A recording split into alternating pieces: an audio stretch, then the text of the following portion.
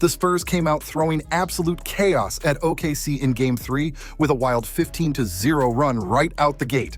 De'Aaron Fox came back attacking downhill nonstop, Wembanyama drilled a nasty step-back three, and Castle sent SGA's jumper into another dimension with a ridiculous block. Devin Vassell splashed a pull-up transition three, and for the first few minutes, it seriously looked like Game 1 had followed Oklahoma City all the way into San Antonio again. But then everything flipped fast. By the end of the night, OKC had won by 15 points. That almost never happens after a team starts down 15-0. In fact, no NBA team over the last 20 years had ever allowed the first 15 points and still gone on to win by 15 or more. Until now. And they pulled it off in a conference finals road game, which makes it even crazier. After Game 1, people were already acting like Wembanyama had completely cracked this matchup open and that the Thunder had no answers at all. Game 2 felt more like OKC, fighting back with toughness and physical play, but Game 3 was different. This was the Thunder actually solving problems in real time. They changed this series in 3 major ways, and honestly, the third adjustment might decide who wins the whole thing. But first, the biggest shift early on was how Oklahoma City absorbed San Antonio's best shot without panicking for even a second. Game 1 was the Spurs landing the first huge punch. Wembanyama walked into OKC and dropped 41 points with 24 rebounds.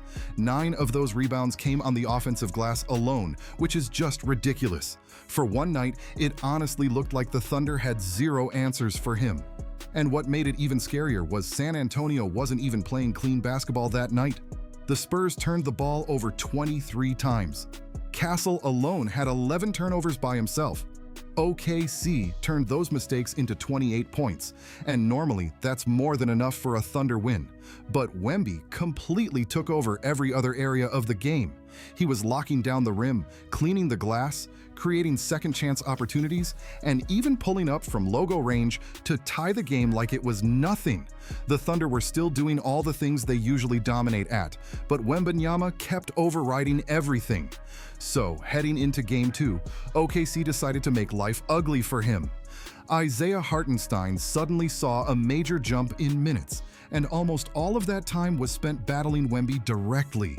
The Thunder started leaning on him physically every possession, boxing him out hard, bumping him before he could even jump at times, and forcing him to feel contact constantly. They wanted every second on the court to feel exhausting for him. And to be fair, this is where the online arguments really exploded.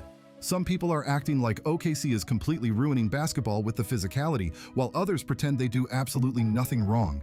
The truth is somewhere in the middle.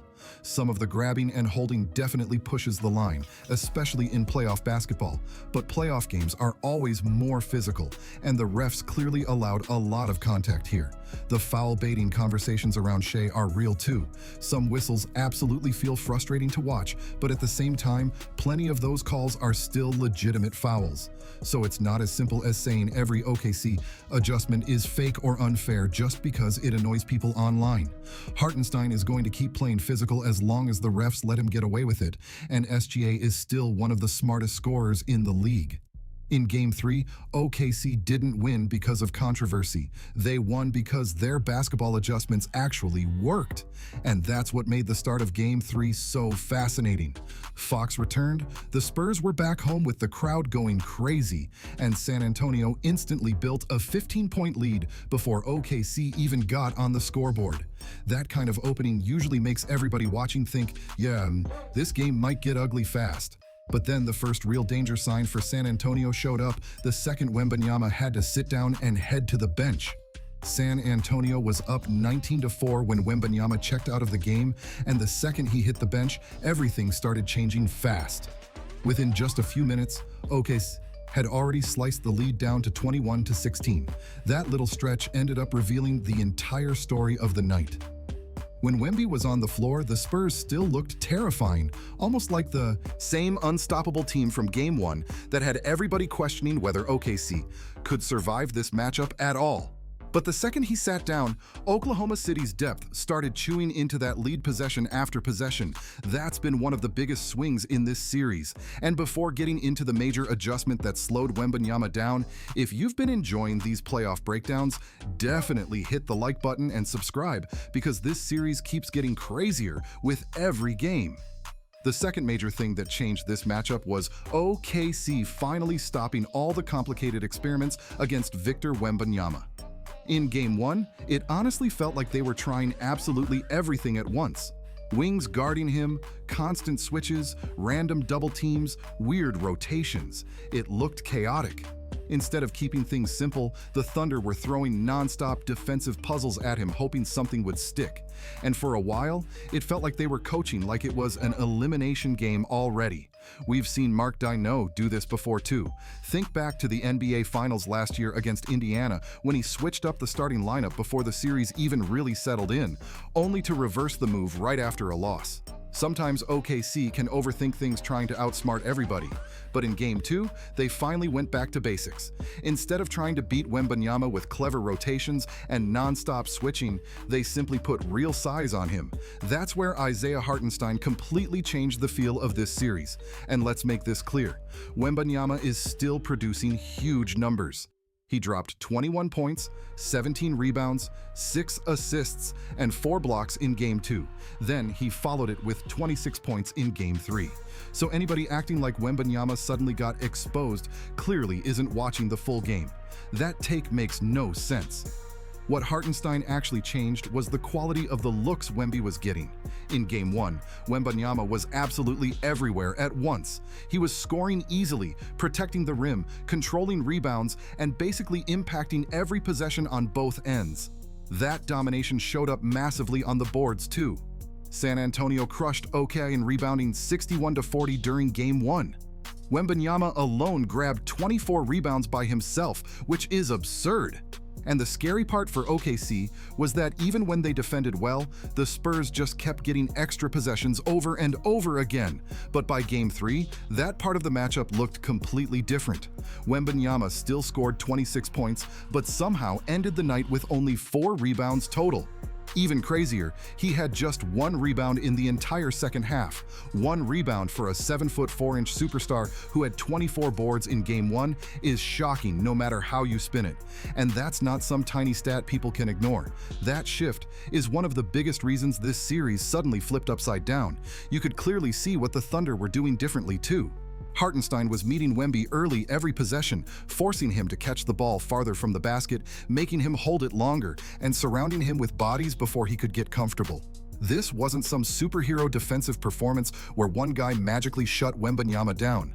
The Thunder simply committed to size, timing, physical contact, and making every possession exhausting before it even started. They made him work for everything, and honestly, that changes everything for San Antonio. Once Wembanyama stops dominating the glass, the Spurs suddenly have way less room for mistakes. Their half-court offense now has to be much sharper, the three-point shooting becomes way more important, and they need healthier production from Fox and Harper badly. On top of that, Castle now has to survive huge offensive responsibilities while still chasing SGA around defensively every trip down the floor, which is a brutal assignment for anybody. But more than anything else, San Antonio cannot afford to completely collapse the second Wembanyama sits down. And the on-off numbers tell the entire story loud and clear. In Game 3, the Spurs were actually a positive team during Wemby's 39 minutes on the floor. They were +4 with him out there, which means they were legitimately winning those stretches and competing well. The disaster came during the tiny window when he rested. In the 9 minutes Wembanyama wasn't playing, San Antonio got crushed by 19 points. That's an unbelievable swing in such a short amount of time, and it completely flipped the game upside down. This is where the Luke Kornet numbers become impossible to ignore. And this isn't about attacking him personally or trying to dump all the blame onto one player, but the reality is he just hasn't been effective in this series. Across these 3 games, Kornet is a brutal -37 in only 33 total minutes. That's rough no matter how anybody tries to explain it. Game 3 was especially tough too. He finished -18 in only 12 minutes on the court, and those stretches completely buried San Antonio. But honestly, the bigger problem isn't even just Kornet alone. The Thunder are simply too deep, too fast, and too organized for the Spurs to survive weak bench stretches right now. Every time Wemby leaves the floor, OKC immediately speeds the game up and starts attacking every weakness they can find. And unfortunately for San Antonio, they just don't have a reliable backup answer behind him at the moment. That gap is becoming one of the biggest stories of the series. But the third adjustment from Oklahoma City is easily the most important one of all. San Antonio's strategy of constantly double-teaming SGA is no longer slowing the Thunder down, and that should seriously concern the Spurs moving forward. The plan itself actually makes sense on paper. You can't just let Shai Gilgeous-Alexander casually walk into the paint over and over again, because once he gets comfortable, he completely controls the pace of the game. The Spurs understood that immediately from Game 1, so they started loading up defensively from the opening tip. They were sending extra defenders, crowding driving lanes, showing help defenders early, and making sure Wembanyama was always waiting near the rim behind the play. Basically, they were forcing Shai to give the ball up and daring somebody else on OKC to beat them instead. In Game 1, that strategy worked just enough to make the Thunder look uncomfortable and rushed at times. But Game 3 exposed the huge weakness in that approach. The Thunder role players finally started making the correct reads every single time the doubles came. SGA only shot 6 for 17 from the field. And if you told Spurs fans that before the game, they probably would have felt amazing about their chances. But somehow, Shai still finished with 26 points and 12 assists anyway. That's because OKC completely adapted. The Thunder finished the game with 29 assists and only 10 turnovers while knocking down 17 threes. That's not San Antonio shutting them down anymore. That's the Spurs forcing OKC into a different style of offense that still works extremely well. And honestly, this is where Shai deserves major credit, even if some people still get frustrated watching the foul calls and free throws. In Game 3, he stopped forcing difficult shots against the traps. He wasn't trying to dribble through 3 defenders or hero ball his way through every possession. Instead, he stayed patient, baited the second defender toward him, made the easy pass, and trusted his teammates to finish the play. It sounds simple when you explain it like that, but that's the difference between a team panicking against pressure and a team completely picking a defense apart. We've seen some teams fall apart against traps before, but OKC started turning those traps into open threes, layups, and easy closeout attacks all night long. Over and over again, the same thing kept happening. SGA gets doubled near the top, immediately swings the ball into the middle, and suddenly OKC has a 4-on-3 advantage attacking downhill. Once that started happening consistently, San Antonio's defense looked way less dangerous. Guys like Alex Caruso, Jared McCain, Jalen Williams, and Cason Wallace completely took advantage of those openings. Suddenly, the very thing San Antonio was doing to stop Shai was actually creating great looks for everybody else on the floor. And this is exactly why the bench battle has become such a massive factor in the series. In Game 3, Oklahoma City's bench exploded for 76 points. Seriously, 76 points off the bench in a conference finals game is wild. Jared McCain caught fire for 24 points, Jalen Williams added 18 while shooting 5 for 6 from deep, Alex Caruso chipped in a steady 15, and Cason Wallace finished with 11 more. Every time San Antonio focused too hard on Shai, somebody else made them pay. Immediately. That bench explosion from OKC wasn't just one random player getting hot for a night either. This was 4 different guys stepping into the space Shai was creating, making smart reads, attacking quickly, and knocking down shots when the defense broke apart. That's what makes this Thunder team dangerous right now. Everybody looks ready for the moment. And honestly, Jared McCain's performance might be the funniest part of all this. Because seriously, what are Philadelphia fans thinking watching this unfold right now? Daryl Morey thought they were making a smart financial move by moving off McCain. But now the guy is dropping 24 points off the bench in a conference finals road game. That trade is looking rough in hindsight, especially considering the reports that the deal was mainly about cutting money and reshaping the roster. Now, McCain is thriving on one of the biggest stages possible while the Sixers are sitting at home watching. And with Morey no longer running things there, that whole situation suddenly looks even messier. Then somebody online dropped an absolutely brutal stat after the game. Since 2002, Jared McCain now has 43 conference finals points, while the Philadelphia 76ers as a franchise have 0 during that same span. That stat is unbelievably disrespectful, but it also shows how quickly narratives can change in the NBA. But beyond the jokes, the basketball side of McCain's game is what really matters here. He wasn't just camping in the corner waiting for open threes all night. In fact, he only went 2 for 10 from deep. So where did all the scoring come from?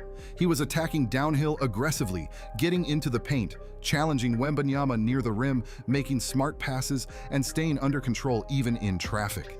And honestly, watching him drive straight at a 7'4" defender and still finish confidently at the basket was wild. Those are the kinds of plays that completely change the energy of a playoff game. McCain has looked incredibly comfortable ever since arriving in OKC, and right now he's giving them a huge boost exactly when they need it most. Then you look at Alex Caruso, and his impact has been just as important in a completely different way. He's knocking down open threes, cutting behind defenders, jumping passing lanes, forcing turnovers, and doing all the little winning plays that don't always show up fully in the box score. Over the last 3 games, he's scored 31 points, then 17, and now 15. That's not just a normal role player having a lucky week. Caruso has genuinely been one of the most reliable players in this series. Every time the Spurs lose focus for even a second, he punishes them immediately. And then there's Jalen Williams, who might be the clearest example of OKC's depth paying off in a huge way. The Thunder already lost one of their key players to a hamstring injury, which normally would be a massive problem for most teams in the conference finals. But somehow OKC keeps finding answers anyway. When you have another Jalen Williams coming off the bench and drilling 5 threes like it's nothing, suddenly injury damage doesn't feel nearly as devastating. That's the luxury of having real depth across the roster. Somebody new keeps stepping up every single game. San Antonio just doesn't have that same safety net right now. Every time Wembanyama leaves the floor, things start falling apart fast. The offense gets shakier, the rebounding disappears, and the defensive pressure drops off hard. In a long, physical playoff series like this, having a deeper bench matters so much, and right now, OKC is clearly dominating that part of the matchup. Now, to be fair, this series is definitely not over yet. The Spurs still have too much talent to just quietly disappear, and Wembanyama always has the ability to completely swing a game by himself. But if San Antonio keeps looking this exhausted while also getting almost no support from the bench, this series could start slipping away from them quickly. Originally, I picked the Spurs to win this series in 7 games, and honestly, I still think Wembanyama has another monster performance coming. He's too talented not to respond. But if I had to change my prediction today, it's hard not to lean toward OKC after the adjustments they've made. And if the Thunder do finish this off, there's a very real chance they'll be heading straight into an NBA Finals matchup against the New York Knicks, who are currently tearing through the Eastern Conference on a 9-game playoff winning streak, looking absolutely unstoppable right now.